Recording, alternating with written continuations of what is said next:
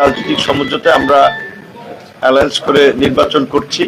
যে আজকের এই সংবাদ সম্মেলনে বিএনপি এবং গণ অধিকার পরিষদের নেতৃবৃন্দ উপস্থিত আছেন এবং আমরা গলাচিপা উপজেলা বিএনপির কার্যালয় থেকে কথা বলছি।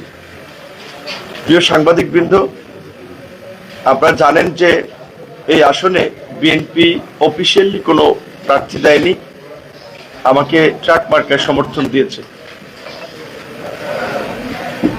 আমাকে বিএনপি সমর্থন দিলেও একদিকে যেমন বিএনপির বিভিন্ন পর্যায়ের সাবেক এবং বর্তমান কমিটির নেতৃবৃন্দ আমাকে সহযোগিতা করছে, দলীয় নির্দেশনা মেনে তারা আমার পক্ষে কাজ করছে।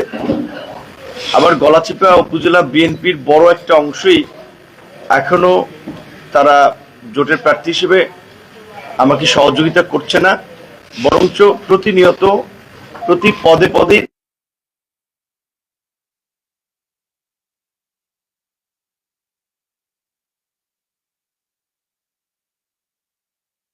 নিয়েছে, কমিটি বিলুপ্ত করেছে, আরো হয়তো ব্যবস্থা নেবে।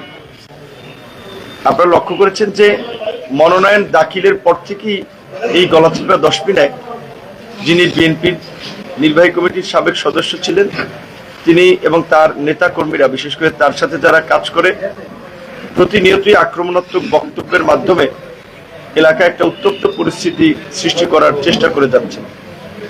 আর বিশেষ করে গত পরশু আমি ফেসবুক লাইভে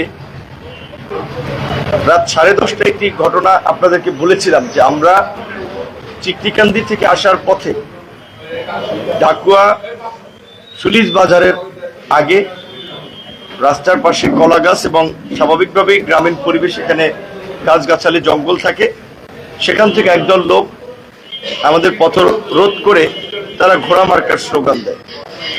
এই জাতীয় নির্বাচনে যেহেতু নির্বাচনের